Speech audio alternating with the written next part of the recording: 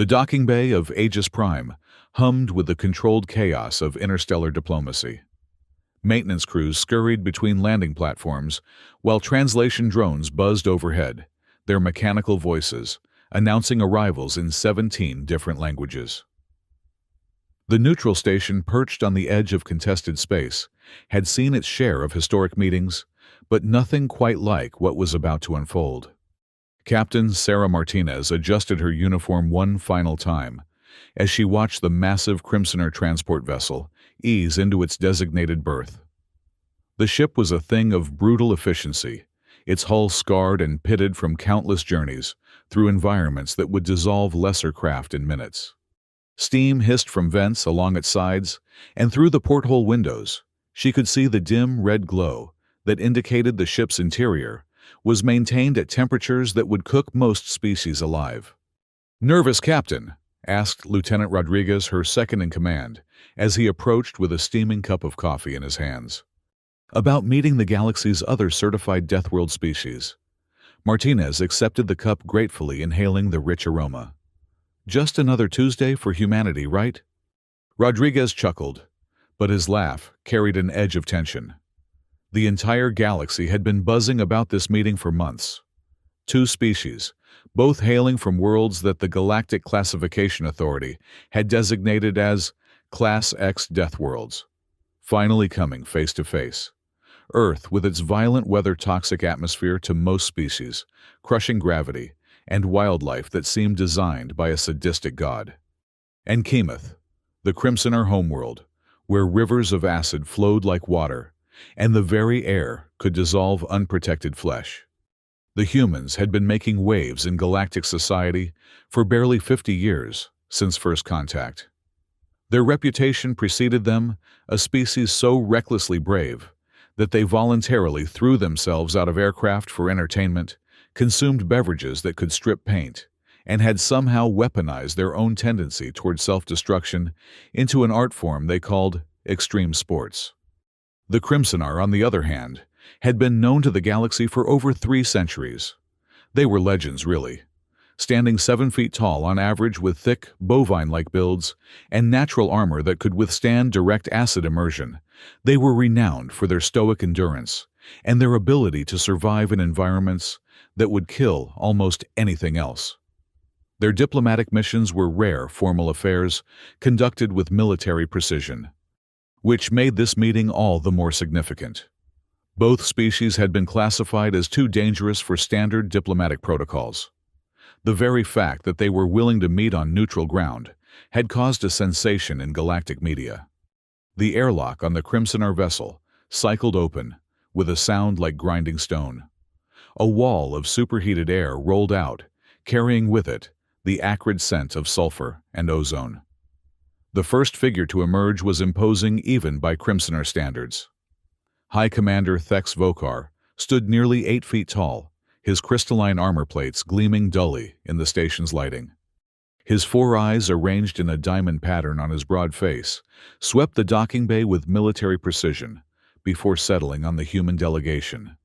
Behind him came 4 more Crimsonar each, carrying themselves with the same martial bearing. They moved with deliberate, measured steps, their hooved feet clicking against the metal decking. Everything about them spoke of disciplined tradition and barely contained power. Martinez stepped forward, her small human frame dwarfed by the approaching aliens, but her posture confident and relaxed. "High Commander Thex Vokar, welcome to Aegis Prime. I'm Captain Sarah Martinez, representing the Terran delegation."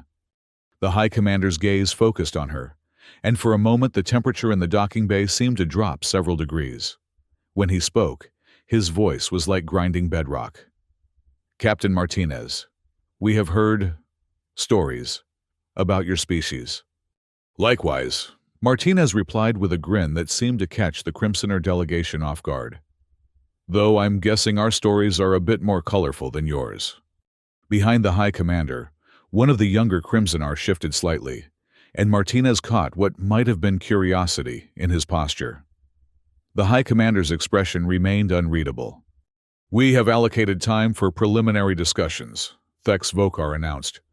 "The Galactic Mediation Council has provided suitable facilities." Excellent. But first, can I offer you some refreshments? It's been a long journey for all of us.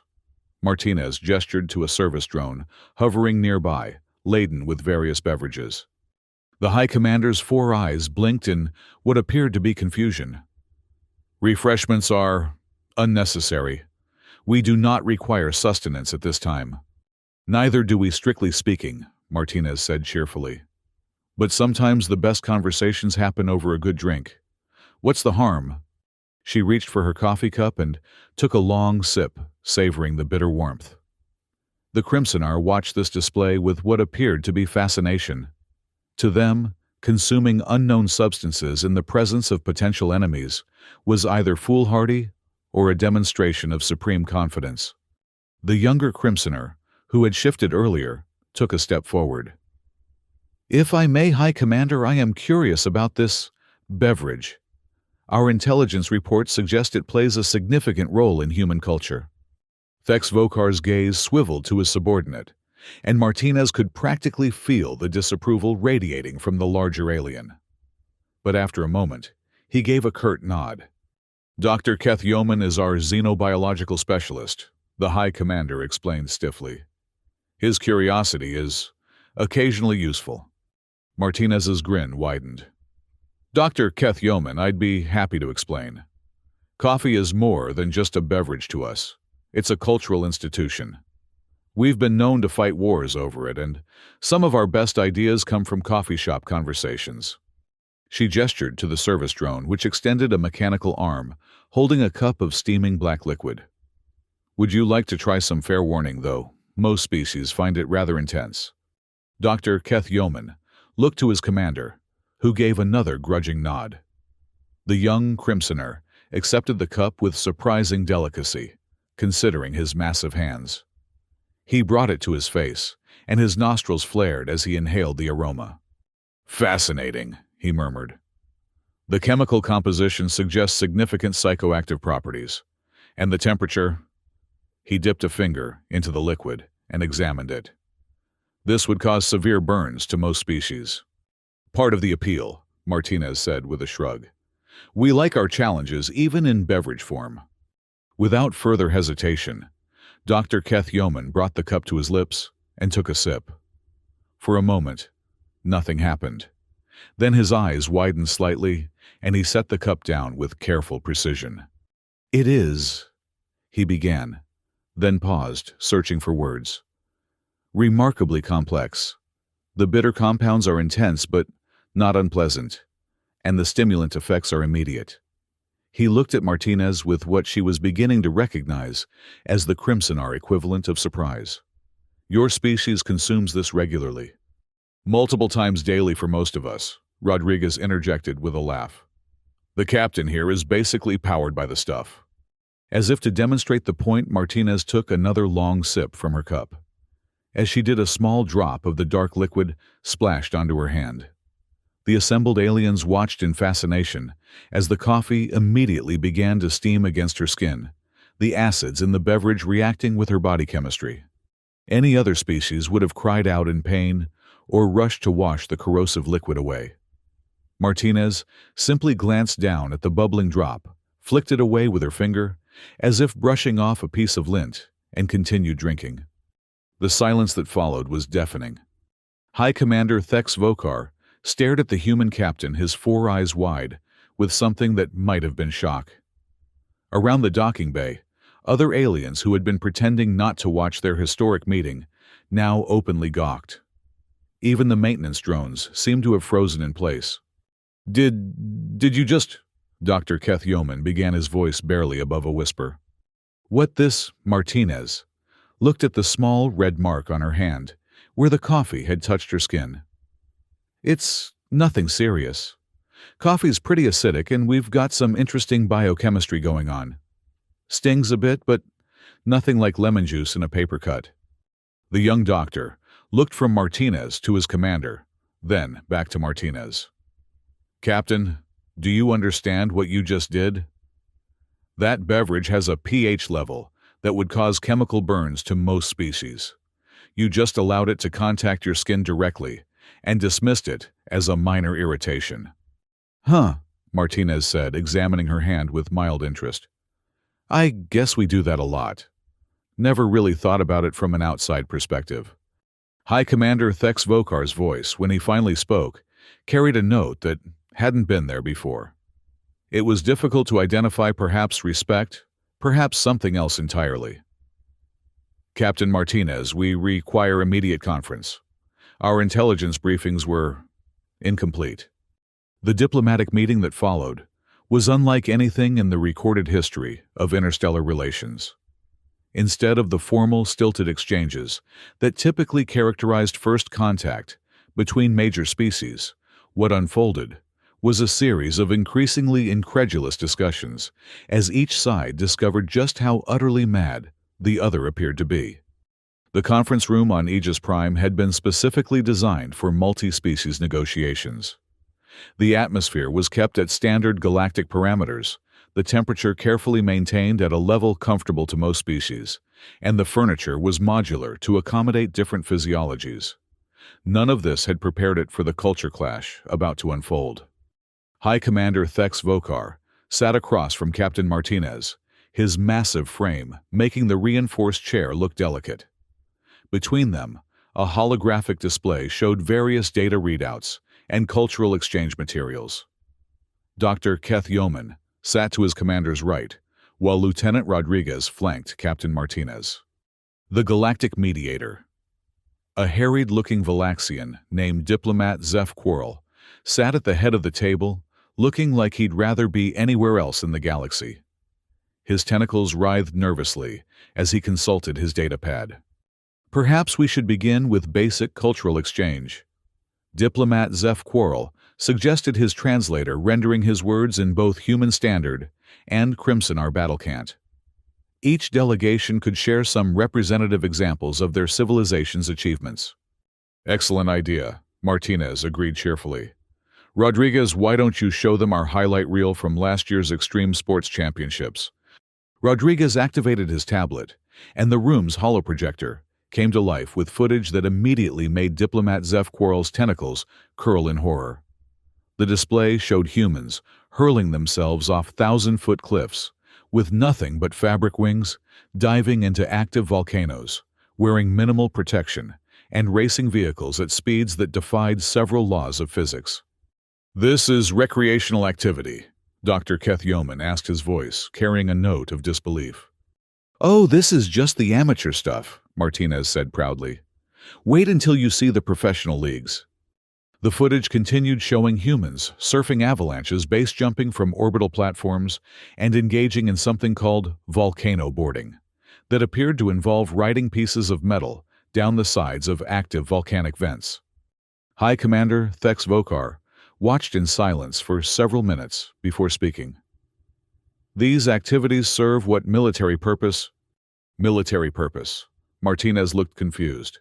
None at all. This is just for fun.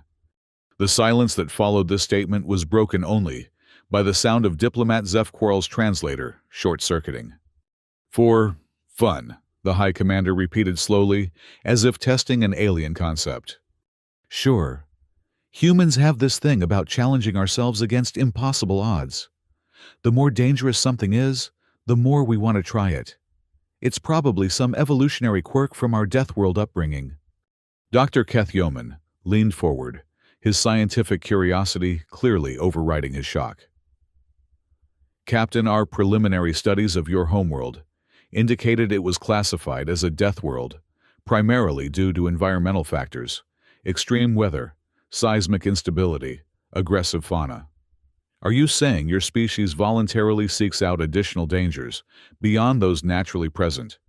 Absolutely, Rodriguez chimed in with obvious pride.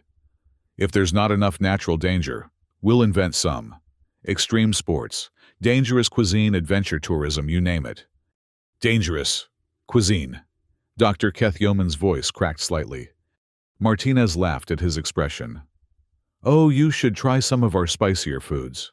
We've got peppers that can literally cause chemical burns, fermented fish that's technically toxic, and beverages with alcohol concentrations that are flammable. And you consume these voluntarily. Some of our most popular restaurants pride themselves on serving food that comes with medical waivers, Rodriguez added helpfully. High Commander Thex Vokar had been silent throughout this exchange, but now he spoke with what sounded like forced calm. Captain Martinez, are you attempting to intimidate us with these displays? The question caught Martinez off guard. Intimidate? No, not at all. This is just normal human stuff. Are we coming across as threatening? The High Commander began, then stopped. For the first time since the meeting began, he seemed uncertain. In Crimsoner culture, the display of one's ability to endure extreme hardship is typically a challenge, a way of establishing dominance. Oh, Martinez's face lit up with understanding. No, nothing like that. This is just sharing what we do for fun. Like if you showed us your hobbies? Dr. Keth Yeoman and High Commander Thex Vokar exchanged glances. Finally, the doctor activated his own data display. Very well. Perhaps we should share some examples of our own recreational activities. The holographic display shifted, now showing Crimsonar engaged in various pursuits. Unlike the chaotic high-energy human footage, these scenes had a deliberate, almost ritualistic quality. Crimsonar were shown sitting motionless in pools of bubbling acid for hours at a time, meditating in chambers filled with toxic gases and engaging in slow, formal combat exercises with weapons that glowed white-hot. These are meditation and training exercises, Dr. Keth Yeoman explained. The acid bath purification ritual, for example, is considered both spiritually cleansing and physically strengthening. We typically maintain these positions for 6 to 8 hours. Sitting in acid for 8 hours, Rodriguez said slowly, for relaxation. Indeed, it promotes mental clarity and strengthens our natural armor. Martinez studied the footage with genuine interest. That's actually pretty impressive. Do the acids get stronger over time as you build up tolerance? Naturally. Experienced practitioners can withstand concentrations that would dissolve most starship hulls. That's kind of like how we build up tolerance to spicy foods except with industrial-strength corrosives instead of peppers. The comparison seemed to give Dr. Keth Yeoman pause. He looked at his captain, then back at the humans. You see similarities between our practices. Well, sure. Pain tolerance endurance training, pushing the boundaries of what your body can handle. The methods are different, but the basic idea seems pretty similar. High Commander Thex Vokar's expression was unreadable, but when he spoke, his voice carried a different tone than before. Captain Martinez, I believe there may have been some miscommunication in our initial assessments of your species. Oh, how so? We were informed that humans were a chaotic, undisciplined species, prone to reckless behavior and poor decision-making. What we have observed suggests something else entirely. Martinez grinned. Let me guess someone told you we were dangerous because we don't follow proper safety protocols. Among other things, yes. Well, they're not wrong about the safety protocols. But I think there might be a difference between reckless and calculated risk-taking. Most of our extreme sports have extensive safety measures. They're just designed to let us push the absolute limits of what's survivable. Dr. Keth Yeoman was nodding slowly. Like our acid meditation. From the outside, it appears suicidal.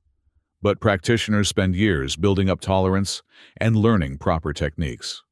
Exactly. Though I have to say, your version sounds way more intense than bungee jumping. The conversation continued for several more hours with both species, gradually realizing that their initial impressions had been shaped more by cultural misunderstanding than actual incompatibility. The humans began to see the Crimsonar not as humorless automatons, but as a species with their own deep traditions of endurance and self-discipline. The Crimsonar, meanwhile, started to understand that human recklessness was actually a highly refined approach to risk management and personal growth. It might have ended there with mutual understanding and perhaps even respect. But then, the evening's entertainment began. As part of the cultural exchange, the station's entertainment complex was showcasing highlights from various member species sporting events. What was meant to be a relaxing conclusion to the day's formal discussions, instead, became the source of a new and unexpected conflict.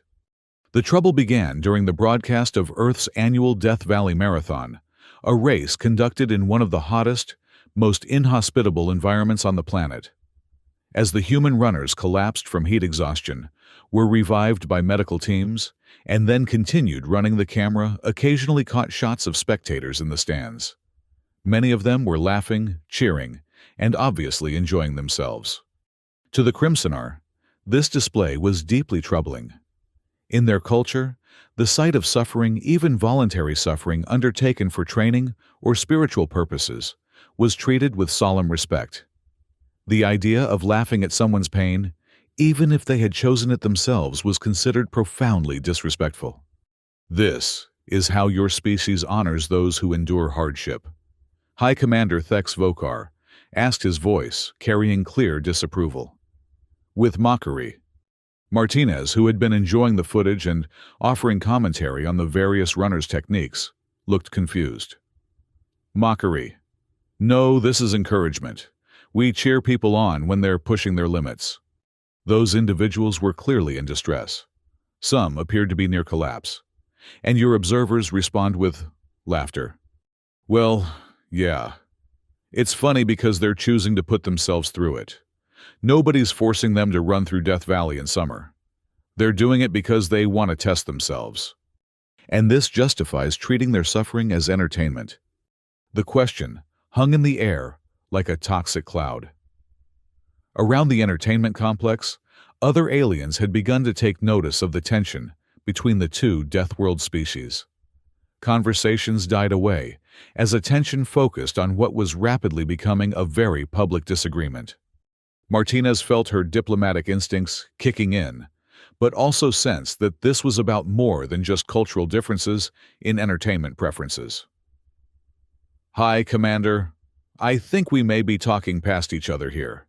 In human culture, being able to laugh at hardship, especially hardship you've chosen yourself, is seen as a sign of strength, not disrespect. Explain. When someone chooses to do something incredibly difficult, dangerous, or painful, and then manages to maintain their sense of humor about it, we see that as heroic, I guess. It shows they're not just enduring the challenge, they're rising above it. Dr. Keth Yeoman leaned forward.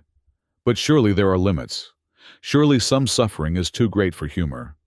Of course, we don't laugh at genuine tragedy or unavoidable suffering. But when someone volunteers to run across a desert, or jump out of an airplane, or eat a pepper hot enough to melt steel, Martinez shrugged.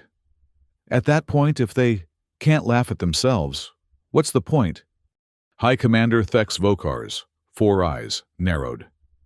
You speak of rising above challenges through humor. In Crimsonar culture, one rises above challenges through stoic endurance, through demonstrating that pain cannot break your will or your dignity.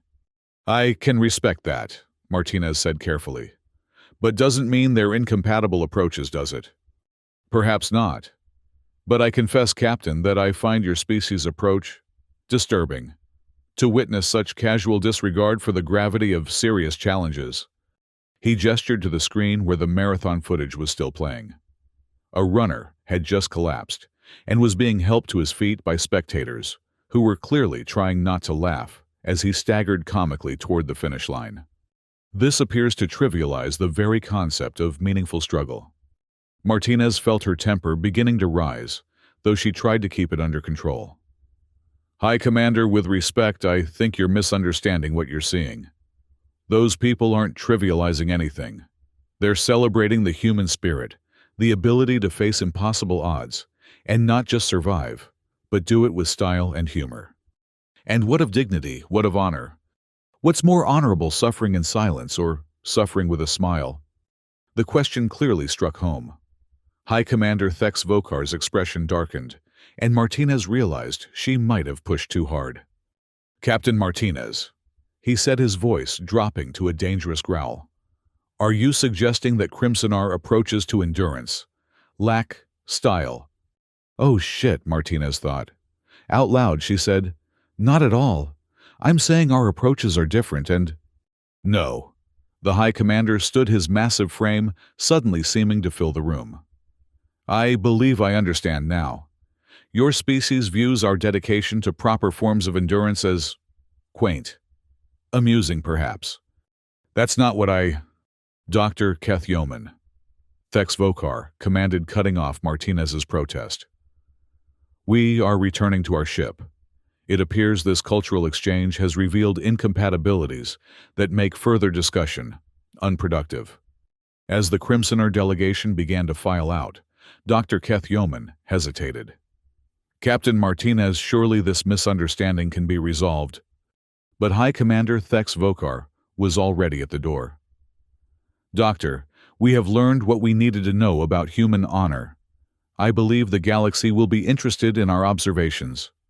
And with that, they were gone, leaving Martinez staring after them in shock, and Diplomat Zefquarl making small, whimpering sounds into his tentacles.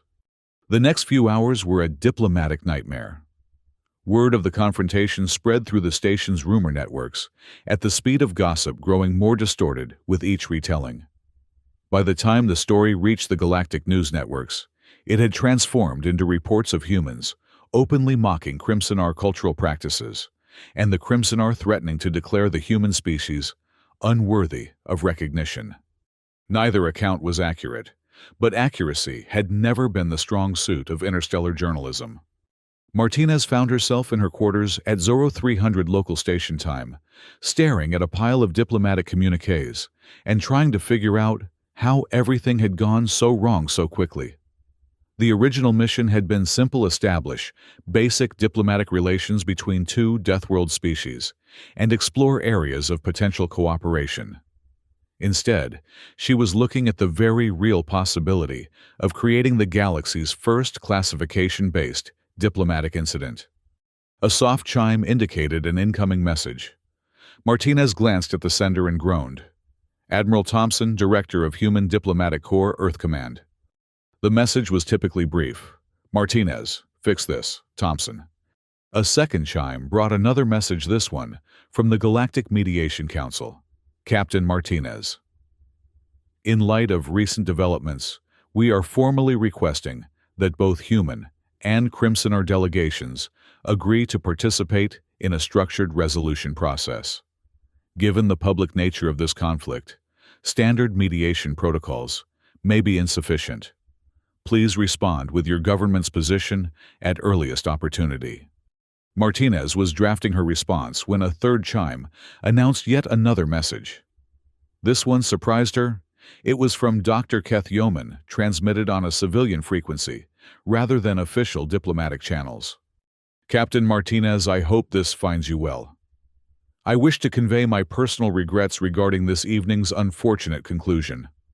I believe the High Commander's reaction stemmed from deeper concerns than may have been apparent.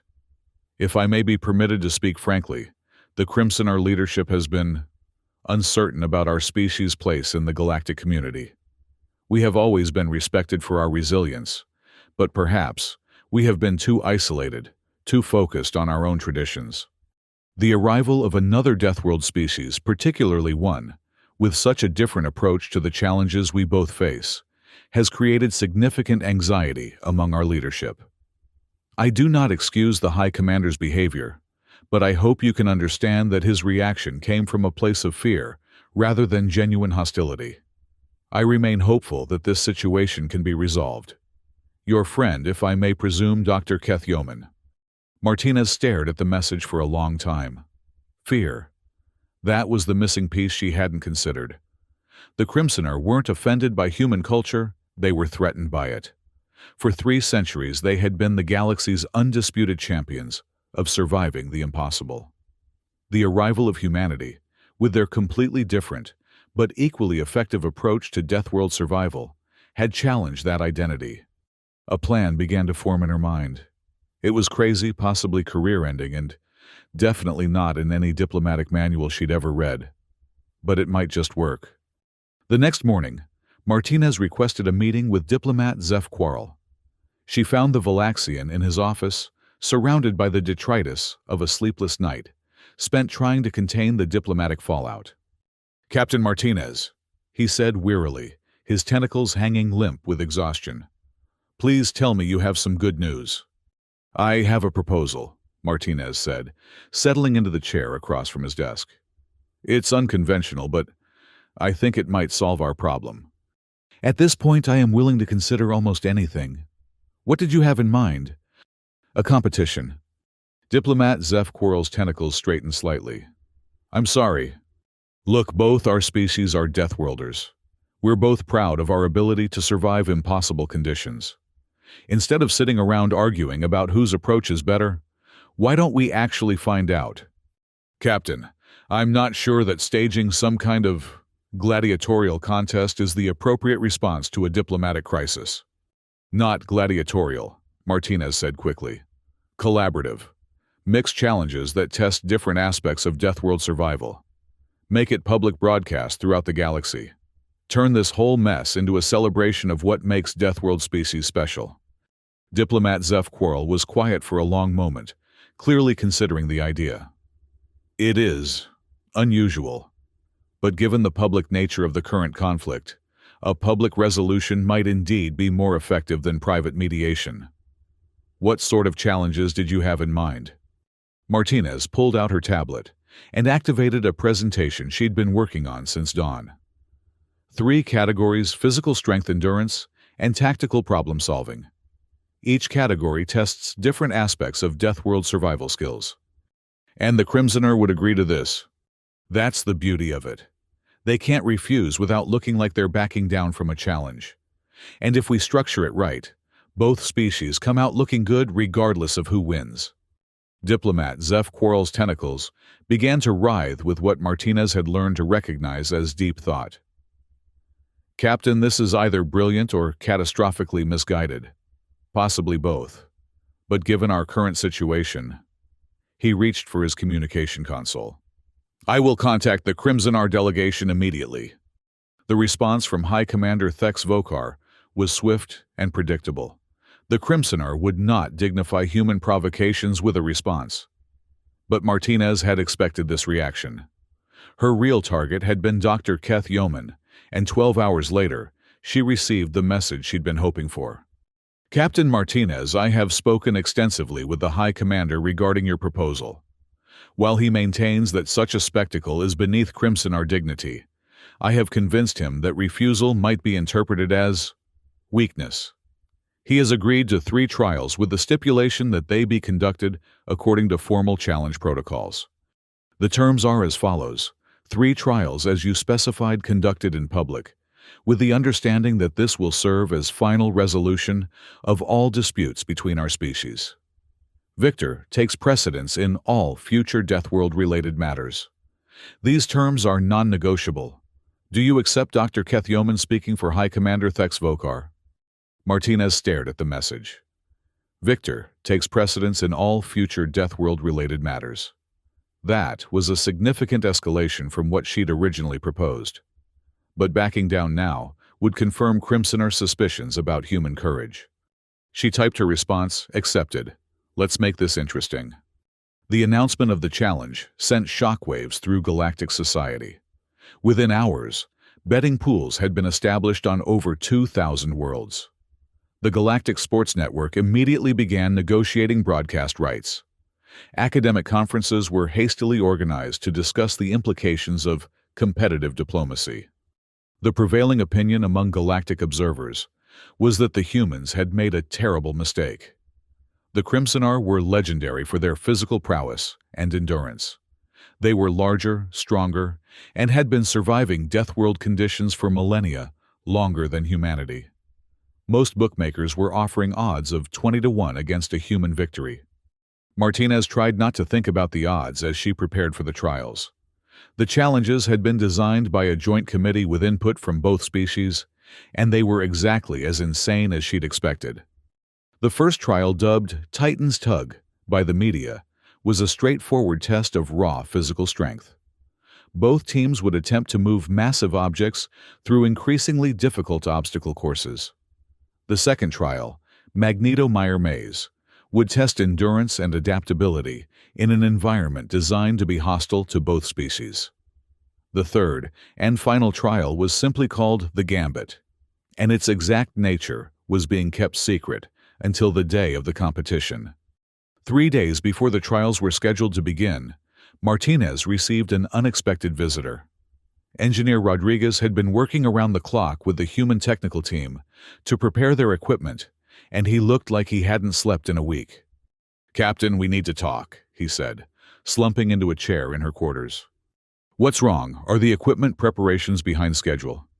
"No, it's not that. It's—" Rodriguez ran his hands through his hair.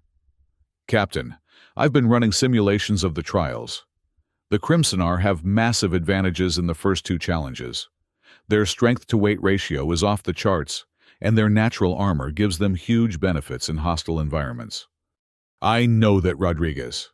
That's why I'm hoping the 3rd challenge will be our ace in the hole. But what if it's not? What if we're about to humiliate our entire species in front of the galaxy?"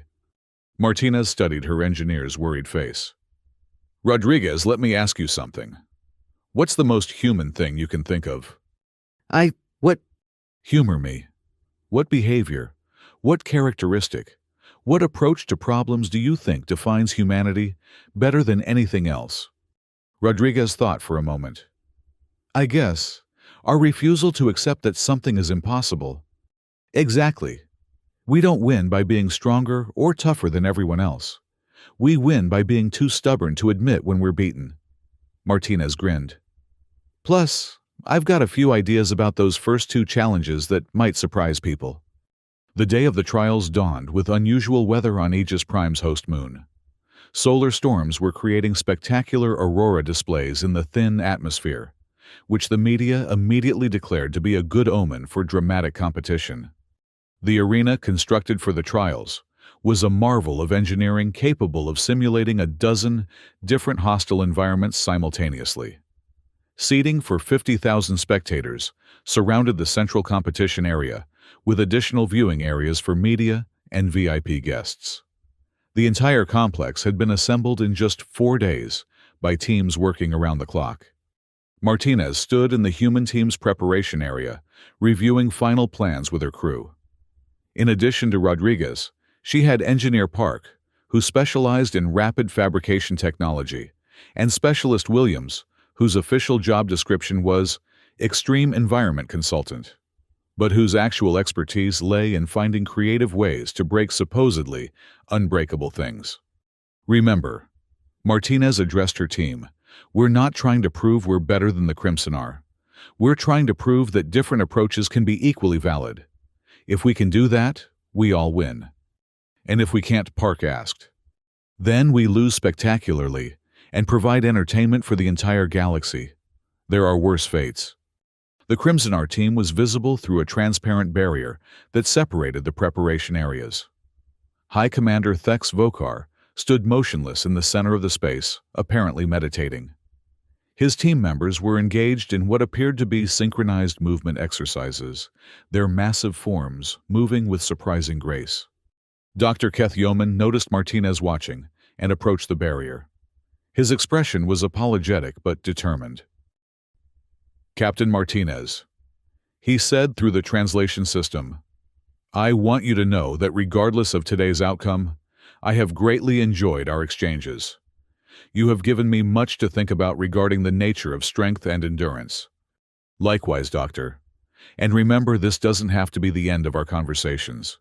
Win or lose, maybe we can find ways to keep learning from each other." "I would like that," the doctor replied, and Martinez thought she detected genuine warmth in his voice. A chime sounded throughout the arena, and diplomat Zeph Quarl's voice echoed from speakers embedded in every surface. "Representatives of both species, please report to the central arena for the commencement of formal trials." As the 2 teams emerged from their preparation areas, the crowd's reaction was immediate and overwhelming. 50,000 voices erupted in cheers, creating a wall of sound that seemed to make the arena structure itself vibrate. Camera drones swarmed overhead, like mechanical insects broadcasting every moment to billions of viewers across the galaxy. In the central arena, diplomat Zeph Quarl stood behind a podium that had been specially constructed to accommodate his Valaxian physiology. Behind him, a massive holographic display showed the trial schedules and current betting odds. Citizens of the galaxy. Diplomat Zeph Quarrel began, his voice amplified to carry over the crowd noise. Today, we witness something unprecedented in the history of interstellar relations.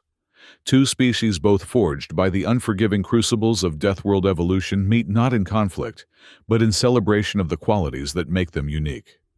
The crowd's cheers grew even louder, if such a thing was possible. The trials you are about to witness will test strength, endurance, and ingenuity. But more than that, they will demonstrate the diversity of paths that can lead to survival and excellence. May both teams compete with honor, and may all of us learn something about the nature of strength. Martinez found herself unexpectedly moved by the diplomat's words. For all his nervous energy, Zeph Quarrel had found exactly the right tone for the moment. Team representatives, please step forward for the ceremonial greeting. Martinez walked to the center of the arena, where High Commander Thex Vokar was waiting. Up close, under the brilliant arena lights, the Crimsonar leader was even more imposing than before. His crystalline armor plates caught and reflected the light, creating an almost hypnotic display of shifting colors.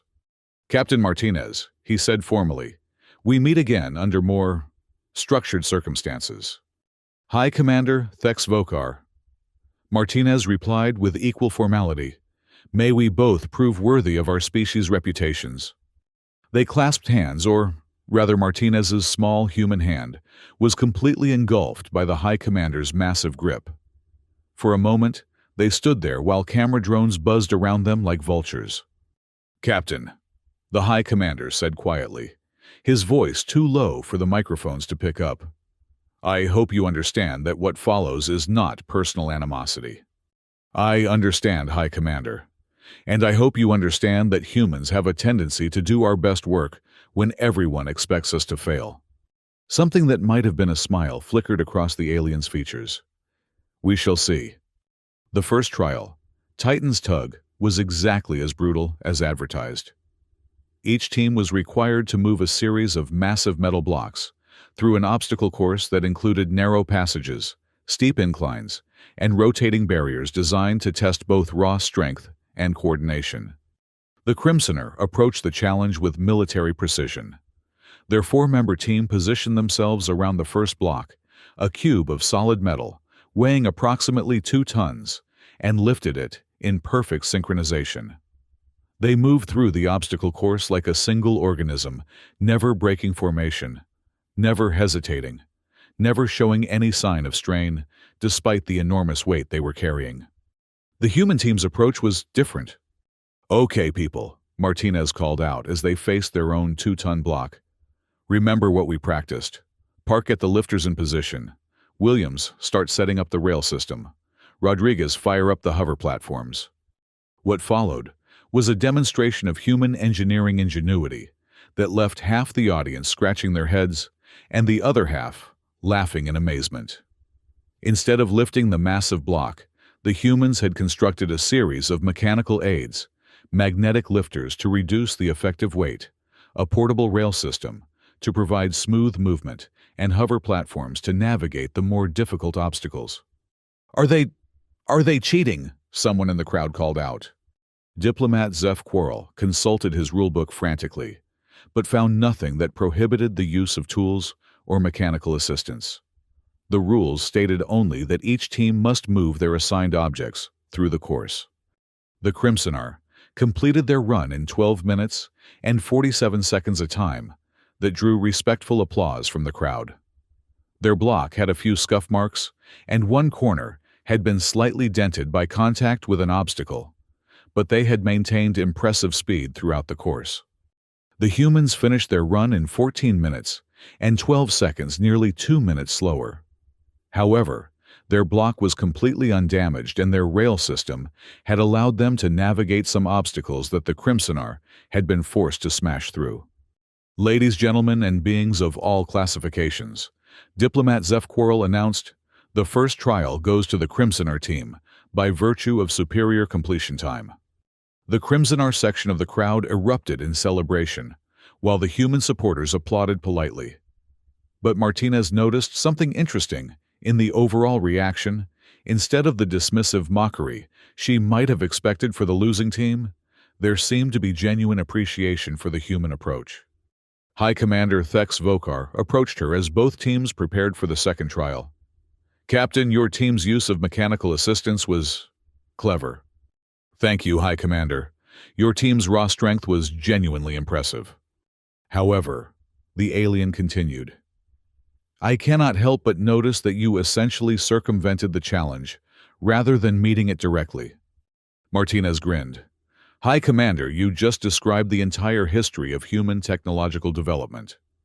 The second trial, Magneto Meyer Maze, was designed to test endurance and adaptability in hostile conditions. The maze itself was a three-dimensional labyrinth constructed within a chamber that could simulate various extreme environments.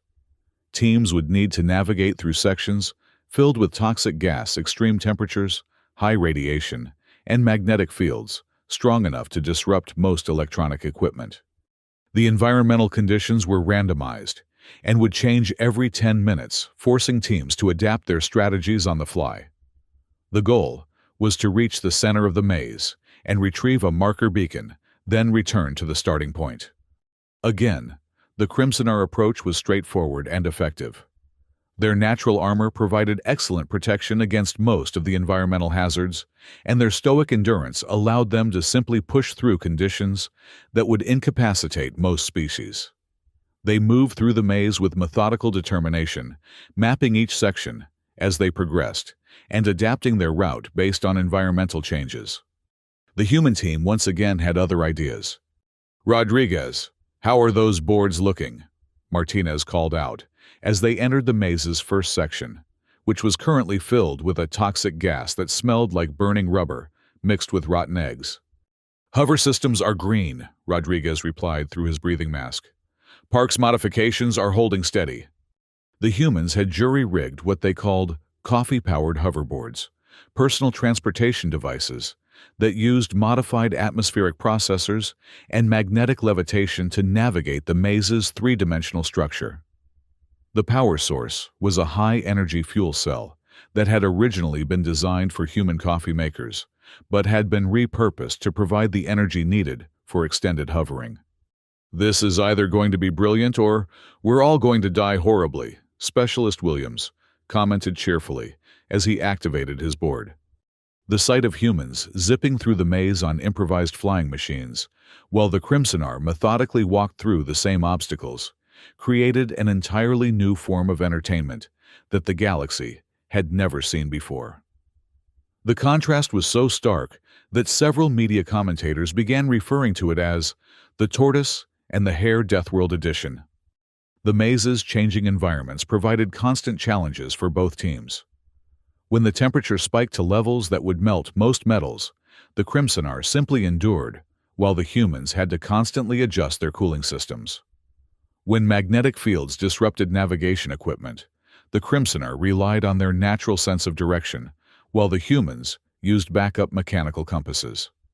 But the real test came when the maze's central chamber was flooded with a combination of toxic gas and high-energy radiation.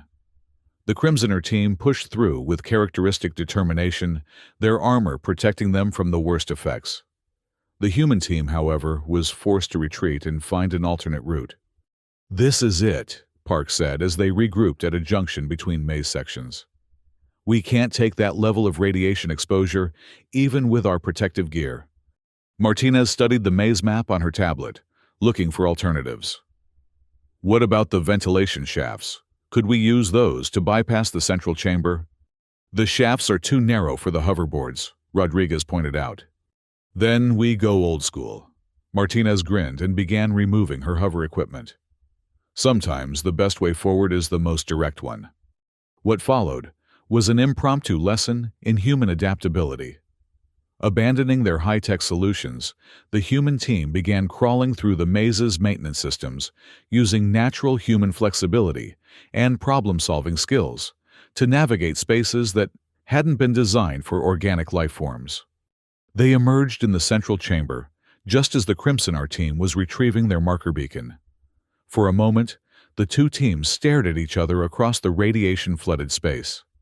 "I believe," Dr. Keth Yeoman said with something that sounded suspiciously like amusement, "this is what humans call thinking outside the box."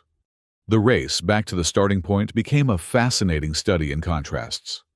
The Crimsonar moved with relentless efficiency, taking the most direct route and simply enduring whatever obstacles they encountered. The humans switched between technological solutions and improvised alternatives as conditions changed, sometimes outpacing their competitors through creative route finding, sometimes falling behind when their equipment failed. In the end, the Crimsonar team reached the exit first, by a margin of just over 3 minutes. But the human team's performance had clearly impressed the crowd, and when both teams emerged from the maze, they received equal cheers. The second trial, diplomat Zeph Quarrel announced, goes to the Crimsonar team. The current standing is Crimsonar 2 Humans 0. Martinez wasn't concerned about the score. What mattered was that the crowd's reaction had shifted.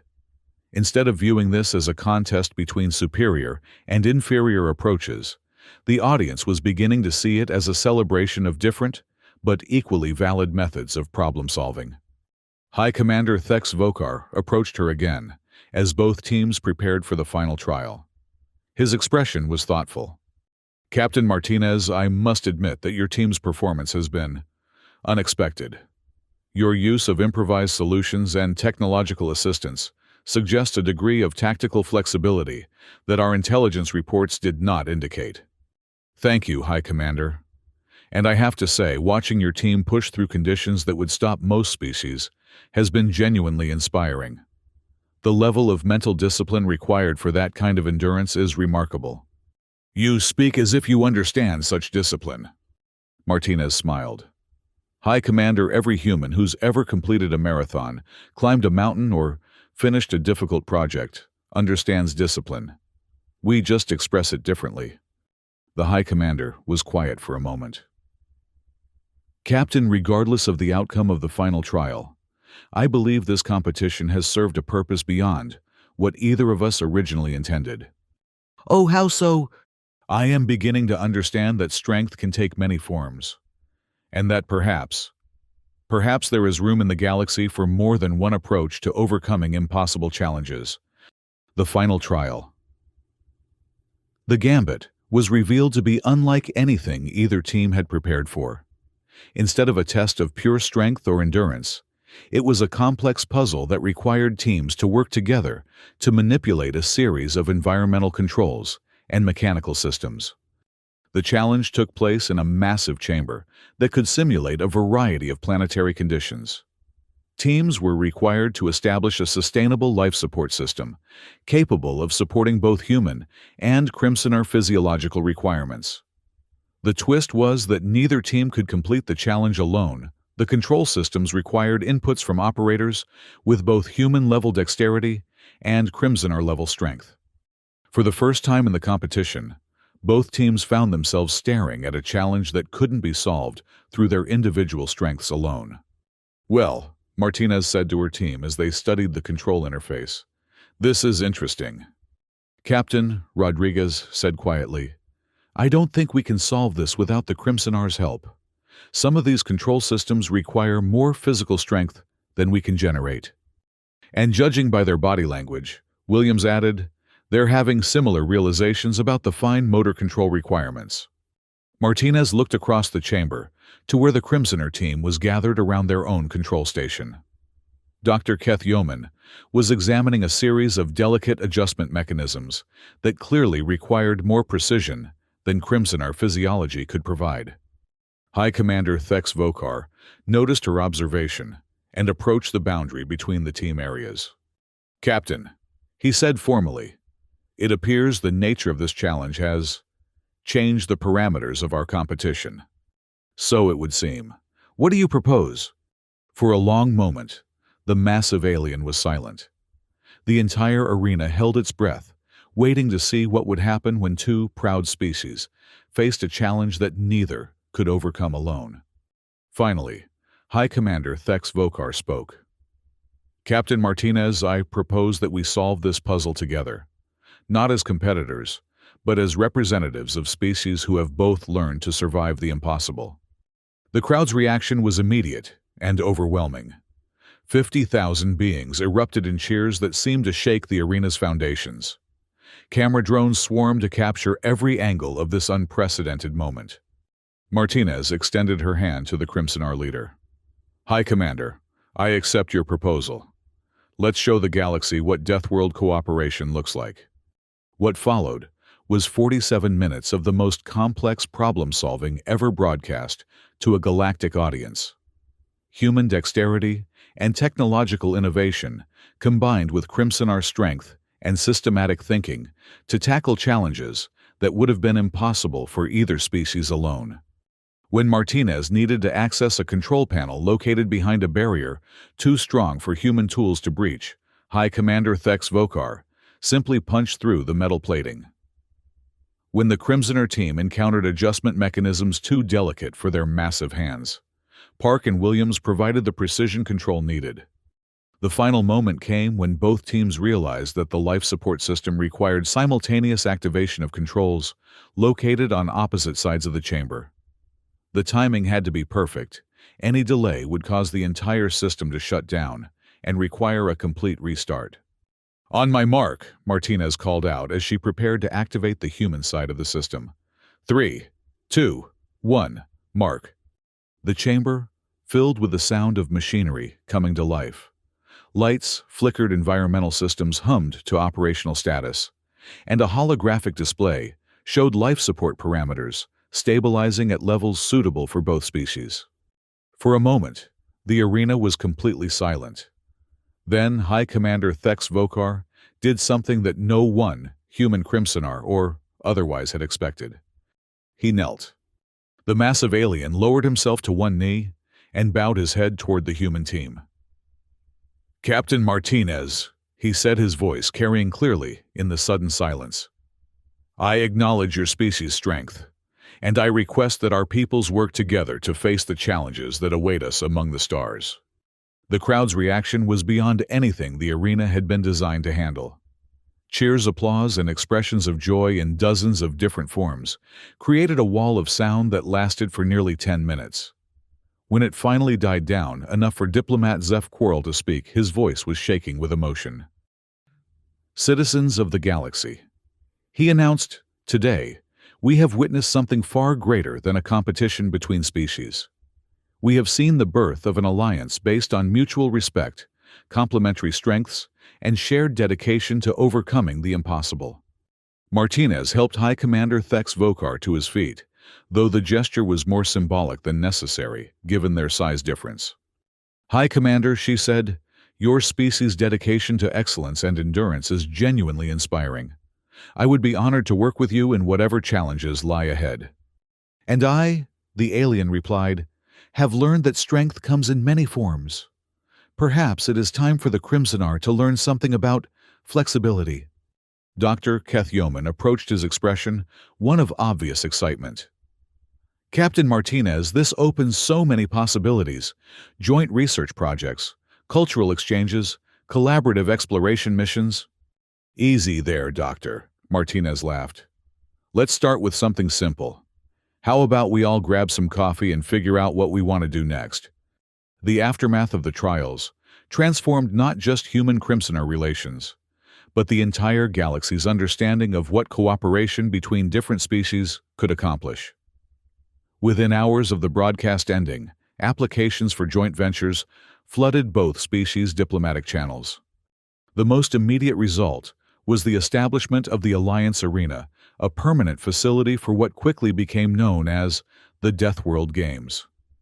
What had started as a diplomatic crisis had evolved into the galaxy's most popular sporting event, featuring competitions that showcased the unique abilities of species from extreme environments. But the real changes went much deeper. Human engineers began working with Crimsonar materials scientists to develop new technologies for extreme environment exploration. Crimsonar meditation techniques were adapted for human stress management programs. Joint expeditions were planned to explore worlds that had previously been considered too dangerous for single-species missions. 6 months after the trials, Martinez found herself back on Aegis Prime, now officially renamed Alliance Arena, for the inaugural Deathworld Games. The station had been expanded to 3 times its original size, with facilities designed to accommodate species from dozens of extreme worlds. She was reviewing the competition schedule in her office when a familiar figure appeared in her doorway. "Captain Martinez," Dr. Keth Yeoman said, "I hope I am not interrupting." "Doctor, come in, please. How are the preparations going on your end?" The young Crimsonar had been appointed as the official liaison for interspecies athletic events, a position that required him to coordinate between dozens of different species, with vastly different physiological requirements and cultural expectations. "Quite well, actually. Though I confess I am still adjusting to the energy levels typical of multi-species events." He settled into a chair that had been specially reinforced for Crimsonar physiology. "I wanted to discuss the opening ceremony with you." "What about it?" "High Commander Thex Vokar has requested permission to include a traditional Crimsonar strength demonstration. However, he specifically wants to perform it alongside a human extreme sports exhibition." Martinez grinned. "Let me guess, he wants to try base jumping." Actually, he was thinking more along the lines of synchronized volcano boarding. "You're kidding." "I am not." Apparently, he has been studying human extreme sports techniques and believes that combining them with Crimsonar endurance training could create entirely new forms of athletic competition. Martinez leaned back in her chair, trying to imagine the sight of massive Crimsonar aliens surfing down the sides of active volcanoes alongside thrill-seeking humans. "Doctor, that sounds absolutely insane." "Indeed. I believe those were High Commander Thex Vokar's exact words when he approved the proposal." The opening ceremony of the first Deathworld Games exceeded even the most optimistic expectations. Representatives from 43 different species gathered to watch as humans and Crimsonar demonstrated their unique approaches to extreme challenges, then worked together to attempt feats that neither could accomplish alone. The sight of High Commander Thex Vokar and Captain Martinez standing at the edge of a simulated volcanic crater, preparing to volcano board in tandem down a slope that would challenge both their species' considerable endurance, became one of the most iconic images in galactic history. "Ready, High Commander," Martinez called out as they prepared for their descent. "Captain." Thex Vokar replied, his voice carrying a note of what might have been excitement. "I have learned that readiness is less important than willingness to attempt the impossible." "In that case," Martinez grinned, "let's show them what Deathworld cooperation looks like." They pushed off together, 2 representatives of species forged by impossible worlds, racing down a slope of artificial lava, while 50,000 spectators cheered and billions more watched from across the galaxy. It was, Martinez reflected, as volcanic wind whipped past her face, and her Crimsonar partner let out what could only be described as a roar of pure joy, exactly the kind of insane, beautiful, impossible thing that happened when 2 Deathworld species decided to be friends instead of rivals. Behind them, the Alliance Arena gleamed under the light of alien suns, its expanded facilities already hosting delegations from dozens of worlds, eager to discover what they could accomplish when different approaches to survival worked together instead of in competition. The galaxy, it seemed, was finally learning that strength came in many forms, and that the best way to overcome impossible challenges was to face them together with courage, creativity, and perhaps most importantly of all, a sense of humor about the whole mad adventure of existence. As they reached the bottom of the slope, both riders laughing with the pure exhilaration of having survived something that should have killed them. Martinez knew that this was just the beginning. The universe was full of impossible challenges waiting to be conquered, and now there were 2 Deathworld species working together to tackle them. "Same time next year," she called out to High Commander Thex Vokar as they came to a stop. "Captain," The massive alien replied, his armor still glowing from the heat of their descent. "I would not miss it for all the acid lakes of Kemoth."